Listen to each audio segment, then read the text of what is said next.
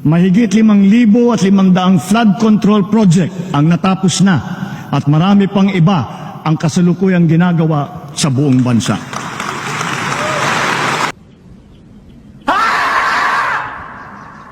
Napakabanal na aso, mukha namang kabayo, kaya natatawa ako.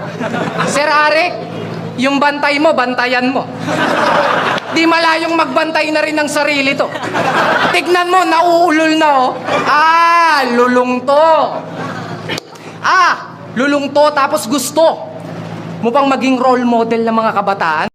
Bakit ano bang role mo sa uprising? Taga-rolyo? Yun ba papel mo? Kung gamit gunting gupitin ko yung dila mong puro kwentong barbero.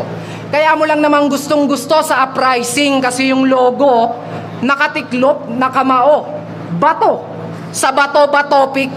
Bato. Yan ang sinasabi ko sa'yo. Sa bato-batopic, bato. Kasi sa round na to, total nag-freestyle ka, hindi ko nasasayangin yung mga linya ko sa'yo. Kasi kami lang ni Victoria ang nakakaalam ng secret na mga sikreto ng mga gwapo. At ang master, pogi ay ako. Ikaw kahit mag-master, di natatalab sa'yo.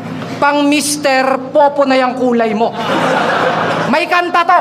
Alam nyo title? Ganti ng patay. Ganti ng patay? Paano yan? Patay ka sa akin ngayon. Isipin mo yon, ang daming patay na patay sa akin dyan, pero ikaw yung naisipan kong patayin ngayon. Kasi ngayong gabi, patay ka na naman. Patay tayo dyan. At ang ikamamatay niyan, yung akala niyang mapapatay ako. Patay. Mali siya. Huwag ka nang magpatay-patayan na para bang nagpatay. Mali siya. Ano ba? Ang dapat kong ikatakot sa ganti ng patay. Hindi kayo dapat matakot dyan. Mas matakot kayo sa pwedeng gawin sa inyo ng buhay. Kasi, nung narinig ko yung kanta mong ganti ng patay, puta walang kabuhay-buhay.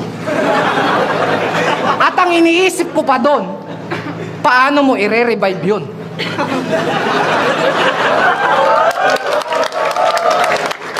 Pero ganun pa man, sa round na to, hindi ko nalalaitin yung ipin mo. Ipin na pangako ko. Na ipin, nagbabawal ko na. Ang mga ipin, nipintas ninyo sa kanya. Kasi ipin, nagmamalaki ko siya. Kahit ipin, nagtatabuyan siya ng iba. Huwag mo sanang iisiping ipin, nagkalulong ka niya. Dahil lang sa ipin, nagtapat niya tayong dalawa. Kahit ipin, naubaya ka na niya, sa akin na ipin, nagdarasal ka niya gabi-gabi. Na mabalik ang karangalang ipin nagkait. Kahit palagi kang bigo, hindi kanya ipin nagpalit sa halip. Ikaw ay kanyang ipin nagtanggol. Sapagkat ikaw lang ang talunang may di pang karaniwang ipin na malastol.